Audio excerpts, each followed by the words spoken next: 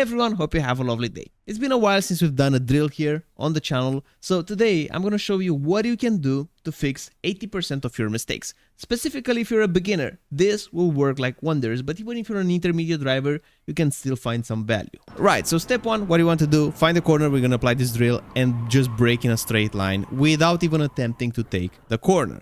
As you try more and more, I want you to use more and more the track and notice the sound that the tire makes whenever you're using everything. So in my case here, I have a little bit of grass to the left side of the track. So in order to me knowing that I'm using everything out of the track, I want to hear that grass is almost touching the surface level of the tire towards the left side. Look, braking.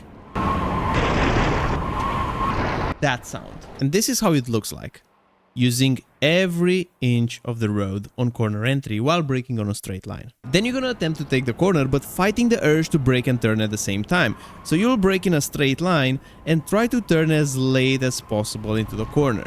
The reason why this matters is because most of the beginners and intermediate drivers are doing this mistake. They will start to brake like right now, and instead of keeping the steering wheel straight and braking in a straight line, they will just drift towards the apex. So they are using all the track initially, but because of this mistake right here, you can see that right now, for example, we've just go far away from the most outside part of the circuit, and even though it looks like we're using all the track, our initial turn in, we're actually not. Even from the cockpit you can see there's more space visible, and if we change the camera once again from this angle, you can see there's a lot of space here, and we should be on still braking on a straight line and then turning from this angle. Once again, it's visible. So what we want to do instead is we want to, yes, brake in a straight line, but instead of deviating from the straight line and turning early, we want to make our turning point as late as we can so we can avoid doing this mistake of early turning into the corner. If you're doing it right, it looks like this. You're aligning with a white line, you're gonna start braking, you're gonna use every inch of the road, but as you start braking, you avoid turning too early so that you turn in the last possible moment, so you actually make use of the effort of opening the space and opening the track, because otherwise it doesn't matter that you're initially aligning yourself with the white line. If you're turning too early, that effort is for nothing. Now step 3 is the apex, and we want to do the same track usage that we're doing on the entry. We almost want to hear the grass while we're braking initially, almost want to hear the grass or the curbs here. We want to cut the apex as much as we can. The apex is the most inside part of a corner, and if you're trying to extend your radius into a corner by opening up on entry using more track, if you're doing the same thing at the apex, you're gonna extend the radius even more. Extending the radius will mean that you're gonna be able to carry more speed in the corner. The bigger the arc, the more speed you can put in the corner, so overall you'll be faster. But in order to do this, you want to focus visually and with your hearing senses that you're really cutting as much as possible without getting the off track. Going on this curb completely, getting the 1x, getting the off track, and then dialing it down. It's super important to focus on opening the track on the apex. It's the same way that you're doing on corner entry. So what you want to do here is apply the first 2 steps, braking in a straight line, turning later into the corner, going slower, and make sure you're mounting completely the curb near the apex.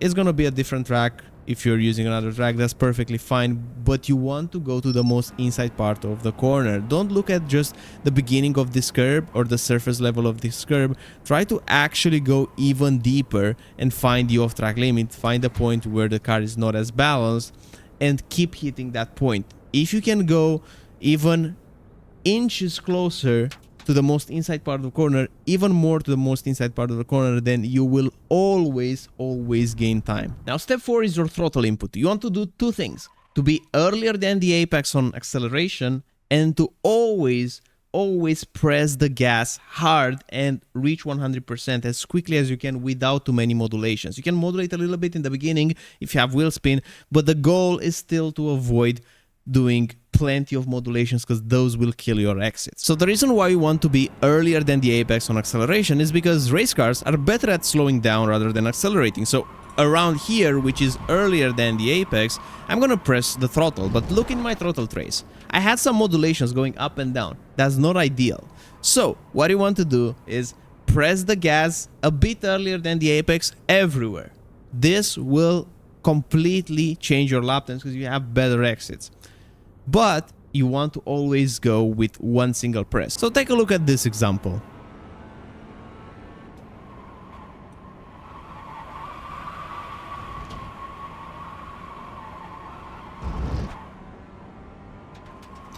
I was able to press the throttle earlier than the apex and press it once, press it hard without doing up and downs corrections like this. But was it a good attempt? Well, let's have a look. On N3, we said that we want to use every inch of the track, including the grass. We're doing that. This is fine. When we're turning in the corner, we want to turn late, and this is exactly what happens. We're turning late, we're making use of the space on N3, but let's see here at the apex. What's gonna happen? I'm cutting the curb, I'm early on the gas, but look how much space I have here to the right side of the car. I could have mounted the curb a little bit more and still gonna be fine. So this wasn't a perfect attempt. I could have used more space at the apex. Now let's see the exit, which is actually step 5 of the drill. Make sure the car gets pushed all the way to the most outside part of the track on corner exit, and you don't have the choice of bringing it back. Like, I'm trying as hard as I can to bring the car to the right side, and still, look, the car goes to this left side, and I'm using every inch of the road, like right here. Look where my left tire is on the gravel. I could not go even more than this. I'm actually touching the gravel there. So step 5 is using every inch of the road on corner exit and making sure that even if you force the car to go in the opposite direction, the car can't go there. The car just has one single line available, and that is using all the track on corner exit. But let's quickly go back to that throttle step, because in itself it can shave you seconds of your lap time if you're a beginner. We said we want to press the throttle earlier than the apex, and we want to press it 0-100% as quickly as we can. And I'm gonna show you some insights into some of the mistakes that you might be doing while trying to apply that step of the drill. So for example, right now I'm gonna try to do exactly that.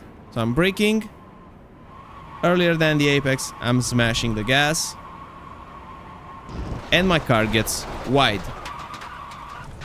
So why does this happen? Generally, if you're doing this attempt, you're pressing the throttle aggressively and you go wide on the exit, it means that you turn too early in the corner. Early apex is going to give you a wide exit, so you want to delay your turning a little bit more. Look, I'm going to make a very obvious example of this. I'm going to turn early into the corner, and I'm going to press the gas aggressively. You see, I go wide.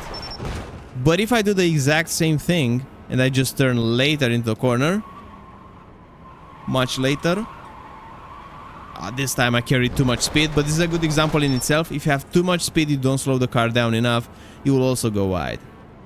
But if we slow the car down more and we're turning late and we're pressing the gas 0-100, notice that we made a corner comfortably.